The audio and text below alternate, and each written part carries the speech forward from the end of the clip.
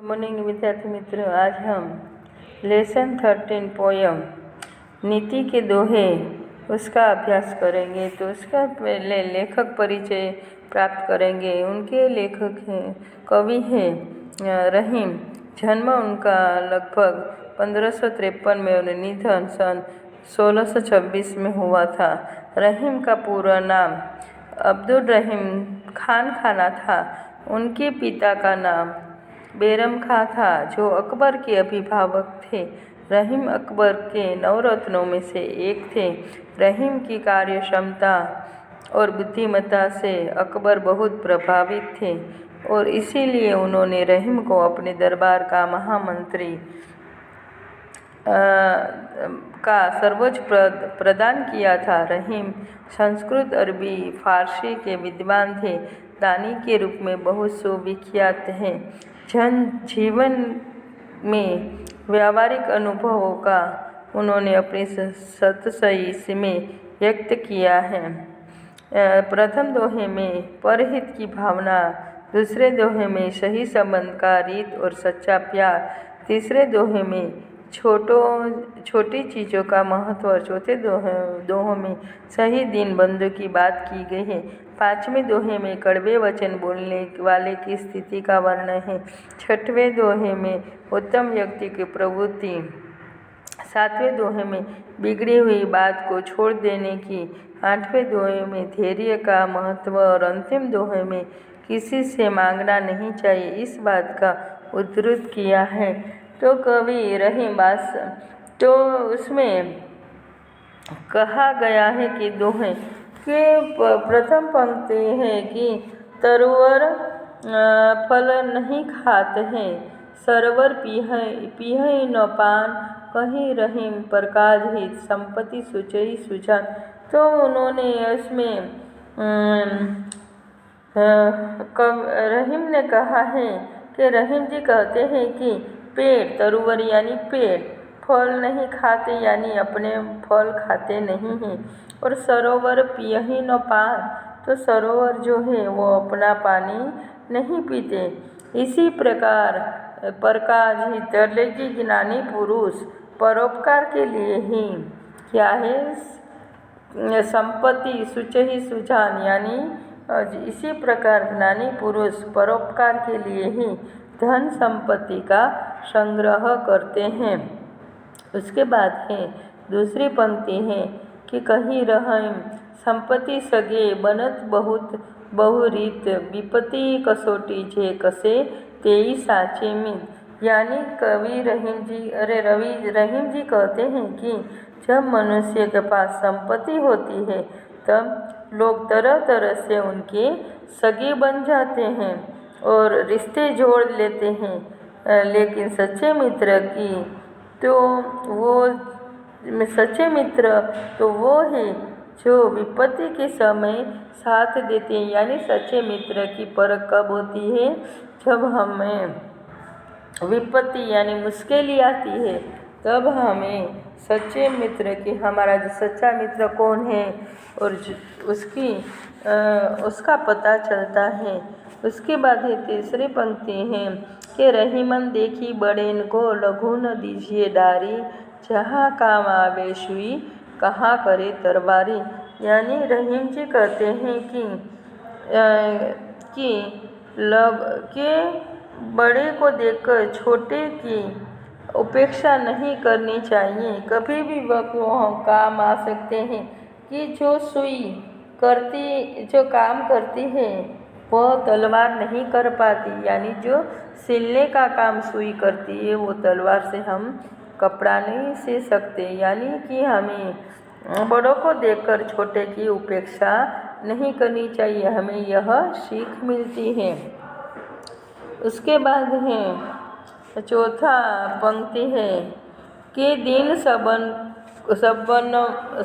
को लखत है, दिन ही लखे न कोई, जो रहीम दिन ही लखे दिन बंधु सम हो, यानी रहीम जी कहते हैं कि असहाय और गरीब लोग सबको आशा भरी नज़रों से देखते हैं, पर उनकी ओर कोई नहीं देखता, उन पर कोई दया वृष्टि नहीं करता, दया दृष्टि नहीं करता, जो असहाय और गरीब लोगों की पर दया दृष्टि करता है, यानी तो वह सचमुच भगवान के समान होता है।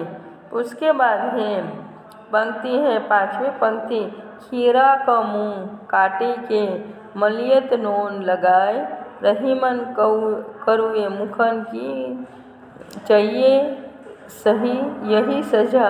यानी कि कवि रहीम जी कहते हैं कि खीरा को खाने से पहले ऊपर नोन यानी क्या होता है, उसका सिर ऊपरी भाग को काटकर अलग कर देना चाहिए और कटे भाग पर नोन यानी क्या है, नमक मलना चाहिए। रहीम जी कहते हैं कि कड़वे मुख वालों की यही सजा, यानी यही सजा मिलनी चाहिए, इस अपराध का यही दंड है।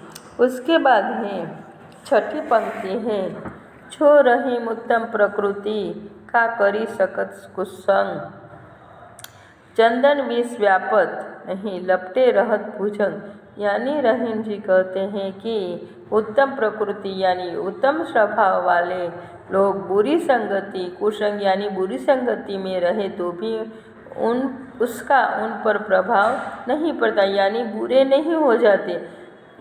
ठीक उसी प्रकार जैसे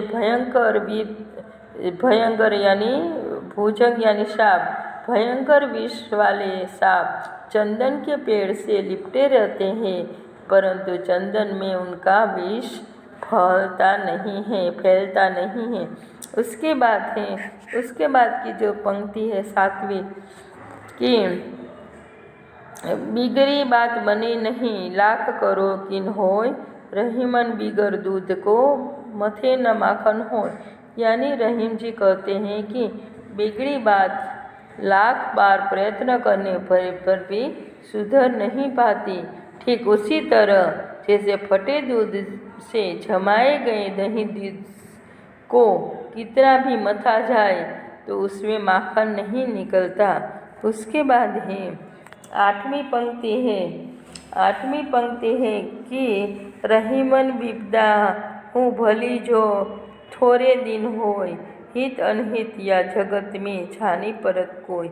यानी रहीम जी कहते हैं कि यदि आपत्ति थोड़े समय के लिए, आपत्ति यानी मुश्किल, तो विपत्ति तो क्या आपत्ति के रहीम जी कहते हैं कि यदि आपत्ति थोड़े समय के लिए हो तो अच्छी है, क्योंकि उससे थोड़े से समय में हम समझ जाते हैं कि कौन हमारा हितकारी है और कौन अहितकारी है। अनहित यानी हित, तो हितकारी है या अहितकारी है, उससे हमें पता चल जाता है। जब मुश्किल आती है तो जो हमारे हितकारी है वो हमें मदद करते हैं, तो हमें पता चल जाता है कौन हमारा हित इच्छता है कौन हित नहीं इच्छता।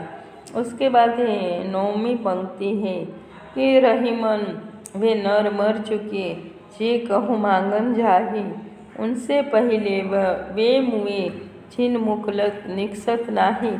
यानी रहीम जी कहते हैं कि वे मनुष्य तो जिंदा होते हुए भी मरे हुए हैं, जे दूसरों के दरवाजे मांगने जाते हैं, परंतु उनसे भी पहले वे मर गए जिनके मुख से नहीं शब्द निकलता है, जो मांगने वाले को देने से इनकार करते हैं। तो इससे हमें क्या है, कभी भी हमें मांगना नहीं चाहिए। तो यह कविता का सार है कि सज्जन परोपकार के लिए ही, इस कविता में क्या कहा गया है उसका अर्थ है कि सज्जन परोपकार के लिए ही धन का संग्रह करते हैं। परोपकार यानी दूसरों को उपकार करने के लिए ही वो धन का संग्रह करते हैं।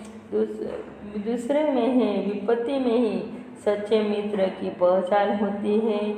तीसरा है साधारण चीज़ों का अपना महत्व होता है, इसीलिए उनकी अपेक्षा नहीं करनी चाहिए। उसके बाद है दीनों पर, दीनों यानी जो दुखी है उन पर दया करने वाला दीनबंधु यानी ईश्वर के समान होता है।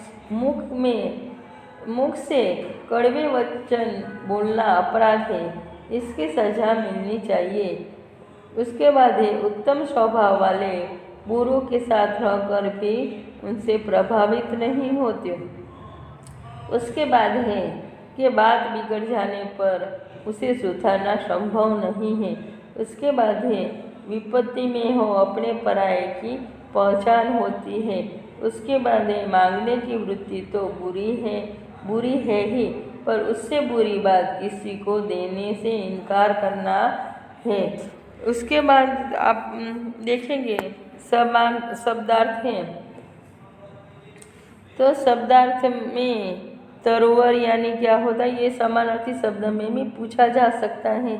तरोवर यानी वृक्ष, प्रकाश यानी दूसरों का काम, विपत्ति यानी आपत्ति, मित यानी प्यारा, लघु यानी छोटा, तरवारी यानी तलवार, दीन यानी दीर्घ आता है तो गरीब होता है, रस्व आता है तो दीन होता है, दीन यानी गरीब, सम यानी समान, खीरा यानी ककड़ी, करुण यानी करुए, भुजंग यानी साप, बिगड़ी यानी बिगड़ी हुई, थोड़ी यानी थोड़े, निश्चित यानी निकलना। तो यहाँ पर हमें रहीम जी जो कवि रहीम बादशाह अकबर के नवरत्न में से एक थे। उन्होंने नीति व्यवहार संबंधी अनेक दोहे लिखे थे। तो जी ये दोहा हैं, यहाँ उन्होंने 9 दोहे दिए थे, तो उसके बारे में हमने अभ्यास किया, बराबर। तो उसमें परोपकार, सच्ची मित्रता, तुच्छ वस्तु का महत्व आदि के बारे में हमने सीखा।